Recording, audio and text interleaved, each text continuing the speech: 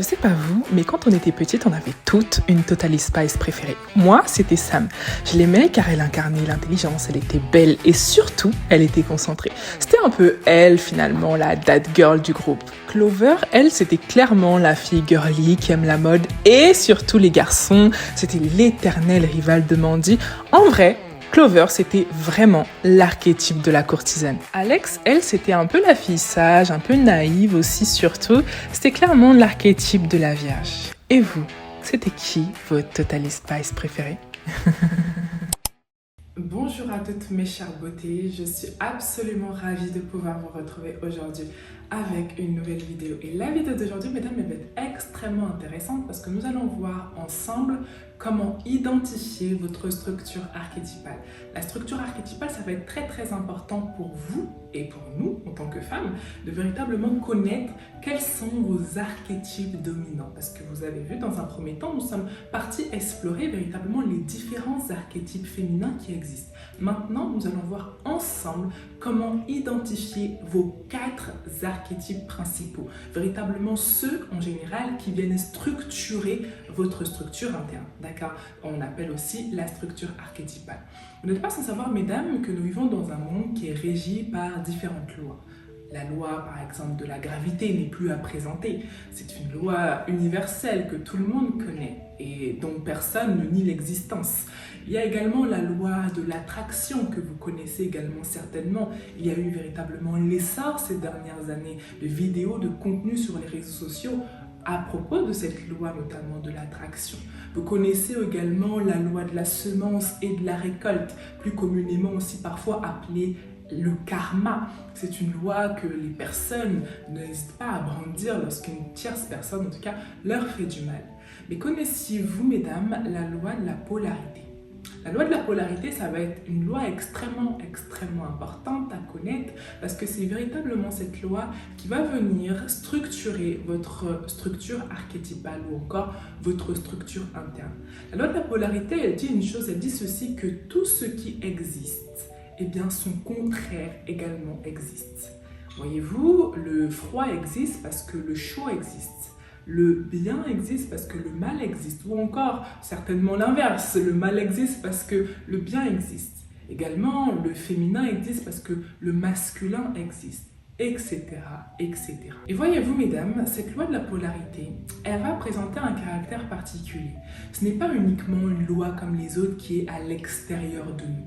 Mais c'est une loi qui est également présente à l'intérieur de nous. La polarité existe également à l'intérieur de nous-mêmes. Nous sommes perpétuellement dans une dualité intérieure constante. Est-ce qu'il vous est déjà arrivé, par exemple, cette semaine, vous vous dites « Ok, je ne mangerai pas de chocolat ». Et là, eh bien, vous passez au supermarché et puis vous voyez une tablette de chocolat et ça vous donne tellement envie d'en manger. Et là, il y a 2 voix dans votre tête. Une qui va vous dire « Non, tu as dit que tu ne mangerais pas de chocolat cette semaine. » Et l'autre qui va vous dire « Oui, mais ça fait quoi si tu en manges une? C'est juste une fois, ça n'a jamais tué personne. » Ouais, vous voyez Vous voyez cette voix? C'est véritablement la polarité, la dualité intérieure qui est perpétuellement présente au-dedans de nous. Et voyez-vous, ce qui va être très important, notamment en tant que jeune femme, eh bien ça va véritablement être le fait de comprendre cette polarité. Parce que cette polarité, c'est vraiment ce qui va venir structurer votre structure archétypale. Parce que cette dualité permanente, eh bien elle va également se retranscrire au niveau de votre caractère, au niveau de votre structure archétypale interne en tant que jeune femme.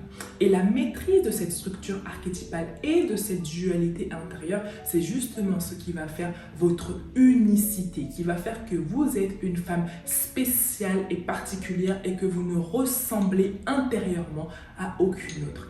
La femme est un être extraordinaire. Extraordinaire signifie qui sort de l'ordinaire.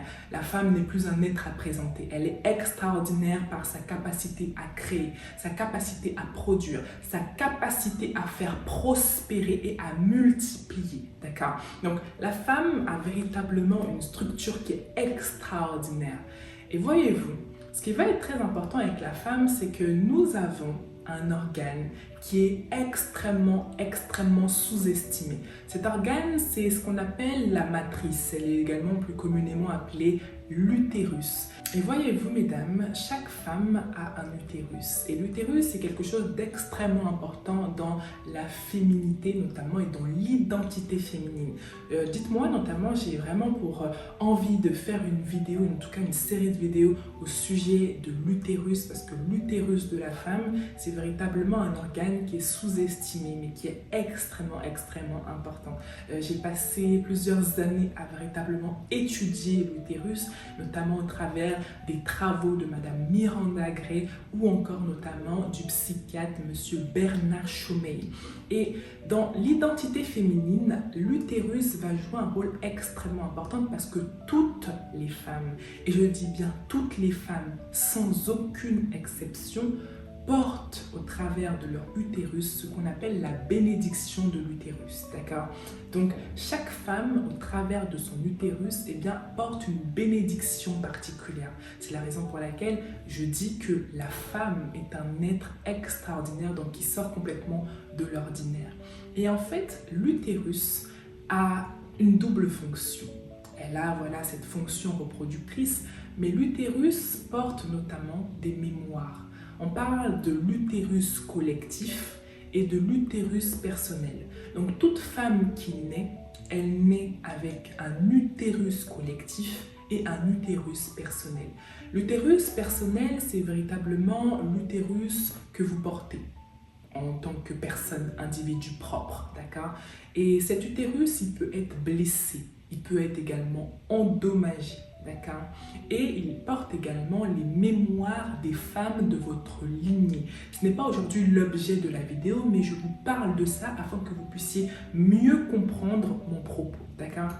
Donc il va y avoir l'utérus personnel et il va y avoir également l'utérus collectif qui porte les mémoires des femmes de votre lignée. Et lorsqu'une femme, elle comprend véritablement le pouvoir de son utérus et surtout la bénédiction de son utérus, elle rentre dans une souveraineté archétypale qui est très importante. D'accord? Et voyez-vous, mesdames, vous me direz certainement, mais pourquoi est-ce que je vous parle de ça? Pourquoi est-ce que je vous fais un détour au sujet notamment de l'utérus? Il va être extrêmement important de comprendre ça, mesdames, c'est que la femme est un être cyclique. Voilà, vous le savez. La femme est un être cyclique et chaque mois, les femmes, nous passons par différentes phases de notre cycle menstruel. D'accord? Qu'est-ce qui est également cyclique? La Terre est également cyclique. La Terre et la 4 saisons. Qui parle de cycle, parle en général de 4 phases. La femme passe par 4 phases tout au long de son cycle menstruel. La Terre, elle passe également par 4 phases tout au long notamment de l'année. Le printemps, l'été, l'hiver et l'automne, ou inversement, peu importe, je ne les ai pas dit dans le bon ordre, d'accord? Qui parle de cycle, parle de 4 phases. Et votre structure archétypale, elle est également divisée en 4, d'accord? Vous allez avoir 4 archétypes qui vont être des archétypes qui vont venir structurer votre structure interne, votre structure archétypale. On a déjà, mesdames, vu ensemble ces différents archétypes, véritablement dans ces 7 archétypes féminins. Et dans ces 7 archétypes, de manière générale, il y a 4 archétypes avec lesquels vous avez tendance à beaucoup plus interagir avec le monde qui vous entoure, que vous avez tendance également à beaucoup plus incarner de manière un peu plus naturelle que les autres archétypes. D'accord? Donc on va vraiment parler de l'archétype dominant par exemple. L'archétype dominant, c'est vraiment votre archétype qui vient vous structurer, qui vient structurer votre structure interne. Ça va souvent être notamment votre archétype principal. Ça va être vraiment votre énergie naturelle, la chose pour laquelle vous êtes reconnu, que les autres vous reconnaissent pour ça. Par exemple, vous avez un grand sens du leadership. Vous êtes quelqu'un par exemple qui est extrêmement loyal. Vous êtes quelqu'un qui a plutôt tendance à un peu idéaliser la vie, à voir le côté positif constamment, etc. Vous êtes quelqu'un d'un peu naïf, vous êtes quelqu'un... Voilà, ça, c'est véritablement des caractéristiques de certains archétypes féminins, d'accord? Et dans ces archétypes, il y a certains avec lesquels vous allez beaucoup plus interagir que d'autres. Ensuite, il va y avoir l'archétype, notamment, moi je l'appelle un peu l'archétype structurant. On parle aussi de l'archétype suppléant. C'est vraiment votre second archétype. Alors, il est vraiment sous la mission du premier archétype. Donc, il y a vraiment l'archétype dominant, c'est votre énergie naturelle, c'est celui qui vient structurer, qui vient apporter de la vision, qui vient vraiment structurer vos relations de manière générale, votre structure interne également. Et l'archétype vraiment structurant, il est vraiment sur la mission du premier archétype. Il vient apporter son aide. Il vient vraiment lui apporter, je dirais, les stratégies pour que la vision de votre archétype dominant puisse pleinement être manifeste. D'accord? Donc, on parle d'archétype structurant, on parle aussi parfois d'archétype suppléant. Donc, c'est comme si votre archétype dominant, c'est le président. Et votre archétype structurant, c'est le Premier ministre. Donc, c'est vraiment lui qui va venir organiser les choses de sorte à ce que la vision de votre archétype dominant puisse pleinement être manifeste. Ensuite, on parle également donc de l'archétype réprimé. Ça va souvent être le troisième archétype qui va faire partie de votre structure interne. Donc, l'archétype réprimé, c'est souvent un de vos archétypes, mais que vous avez du mal à assumer ou que vous ne savez pas vraiment comment le manifester. Parce qu'en général, la particularité de l'archétype réprimé, et c'est justement là que rentre la dualité, d'accord, le principe de dualité dont je vous faisais part tout à l'heure, l'archétype réprimé, c'est souvent un archétype qui va venir rentrer en dualité avec soit le premier archétype, soit le deuxième archétype, d'accord? Ça va souvent être un archétype qui n'a rien à voir, il est aux antipodes de votre archétype dominant ou de votre archétype suppléant ou structurant, d'accord? Donc ça va souvent être un archétype qui va être justement un peu aux antipodes. Donc vous ne savez pas trop comment l'exprimer, mais lorsque vous ne l'exprimez pas, eh bien vous ne vous sentez pas suffisamment aligné. C'est comme si vous ne vous sentez pas suffisamment vous-même. Ça va être un archétype que vous avez parfois un peu honte de l'exprimer, soit parce qu'il est mal vu socialement, soit parce que vous avez grandi dans un environnement qui vous a fait comprendre que incarner notamment cette version de vous n'était pas bon ou n'était pas suffisamment digne. Alors vous l'avez fait un petit peu taire parce que ça va souvent être justement un archétype qui va rentrer en dualité absolue avec vos deux autres archétypes, d'accord? Et ensuite, en dernier, on parle de l'archétype un peu idéalisé. Certaines personnes parlent aussi de l'archétype fantasmé. C'est un peu la même chose finalement, c'est juste, je pense, le terme qui change, mais soit l'archétype fantasmé, soit l'archétype idéalisé. Ça va être un archétype qui fait partie de votre structure interne, mais également, c'est un archétype que vous n'incarnez pas pleinement. Un petit peu comme l'archétype juste avant, un peu comme l'archétype réprimé. L'archétype fantasmé ou idéalisé, c'est souvent un archétype qui fait partie de votre structure interne, mais que vous n'avez pas encore pleinement, je dirais, incarné. Alors souvent, vous allez voir que vous avez tendance à admirer cet archétype chez les femmes qui le portent en archétype dominant. Parce que vous, c'est votre archétype que vous idéalisez, que vous appréciez, que vous aimeriez incarner un peu plus.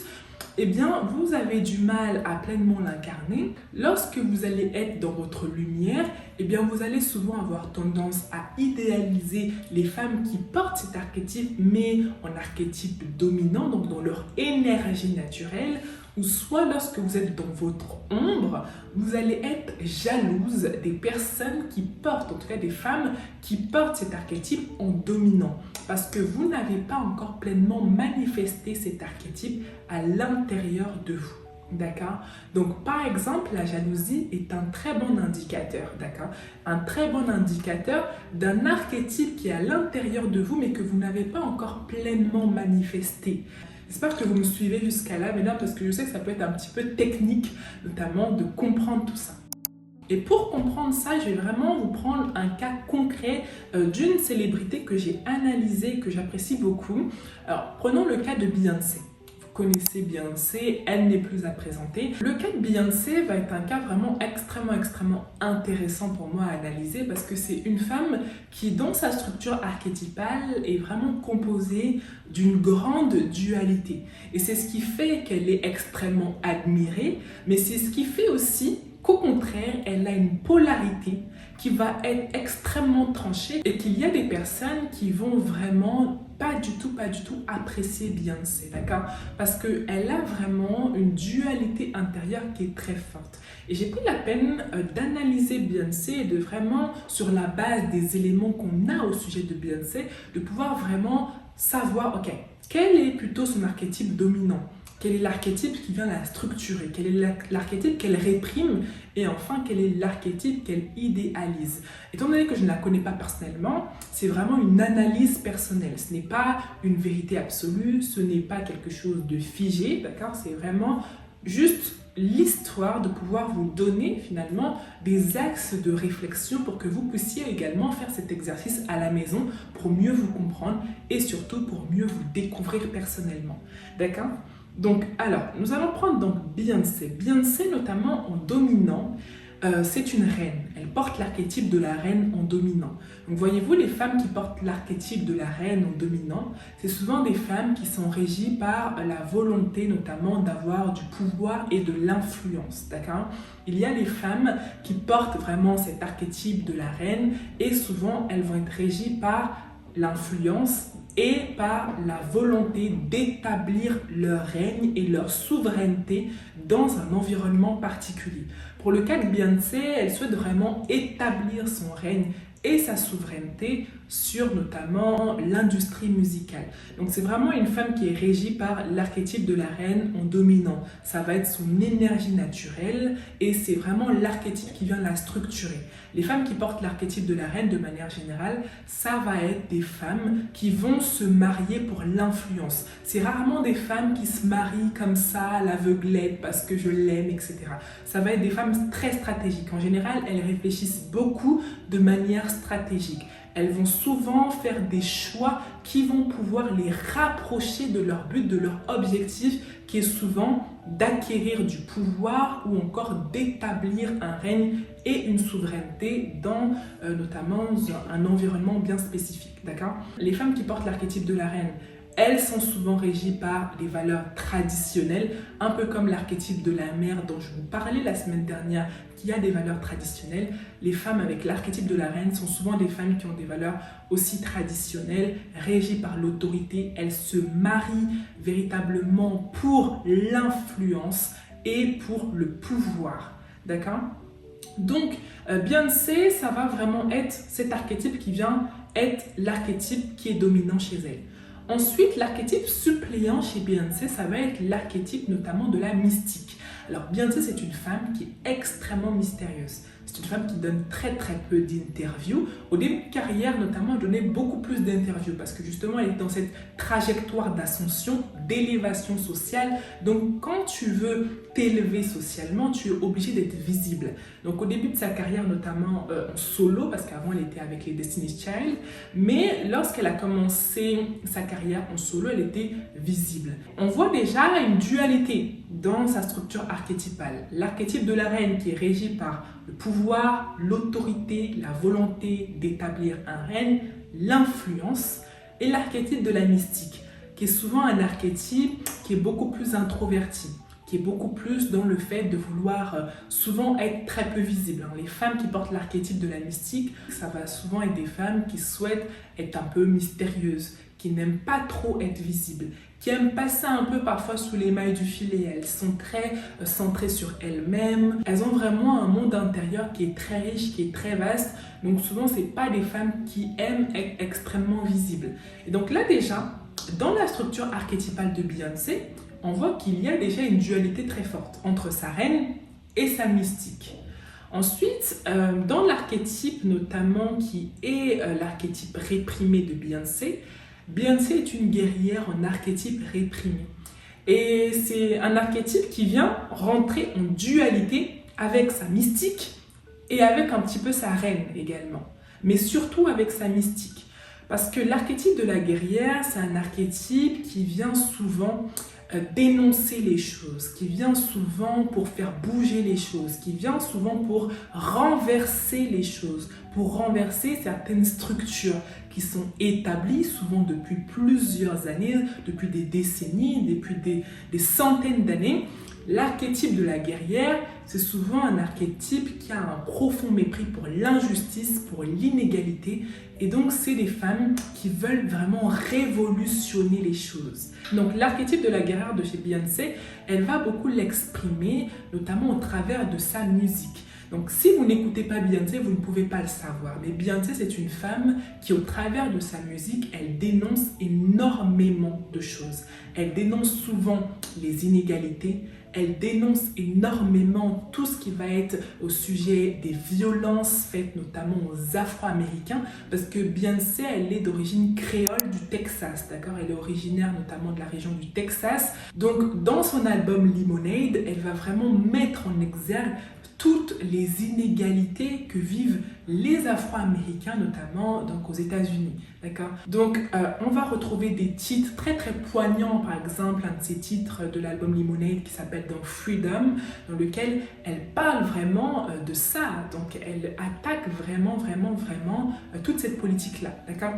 Donc, elle a vraiment un archétype de la guerrière qui est très marqué, mais qu'elle va beaucoup exprimer au travers de sa musique. Et enfin, alors Beyoncé va avoir notamment un archétype idéalisé slash fantasmé, d'accord?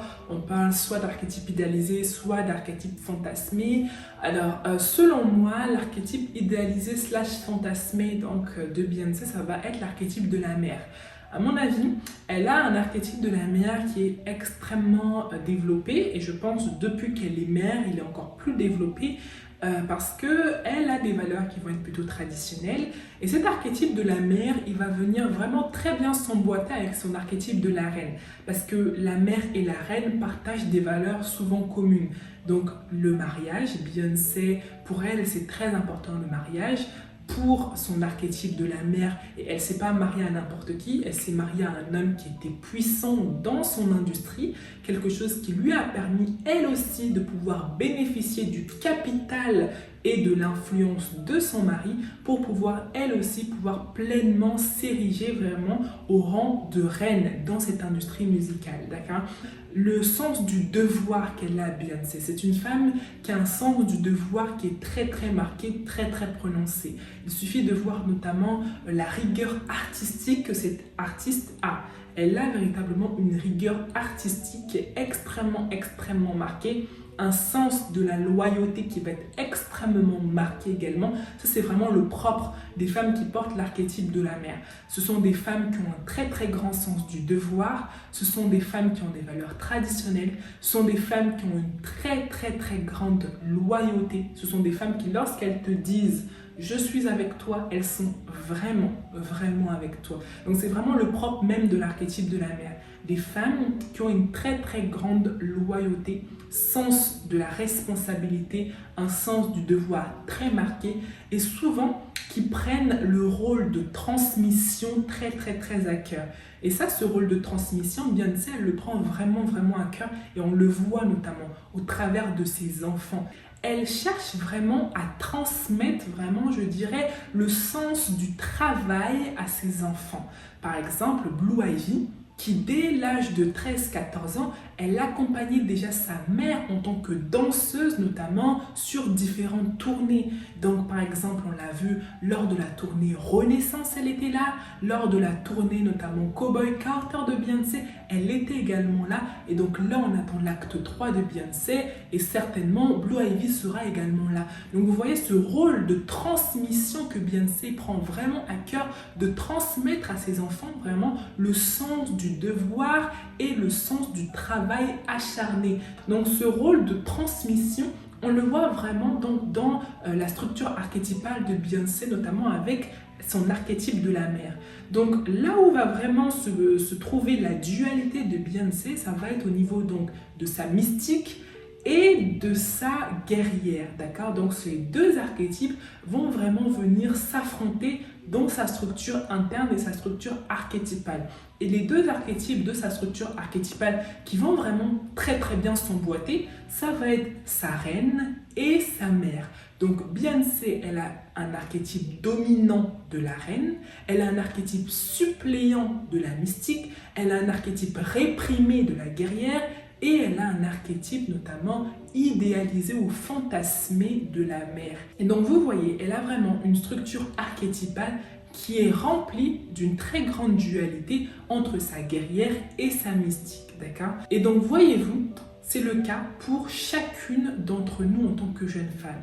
Dans votre structure archétypale, vous avez forcément au moins 2 archétypes qui viennent rentrer en dualité l'un avec l'autre. Et c'est précisément ça qui va venir créer la polarité dans votre structure archétypale et qui va créer également votre unicité en tant que jeune femme.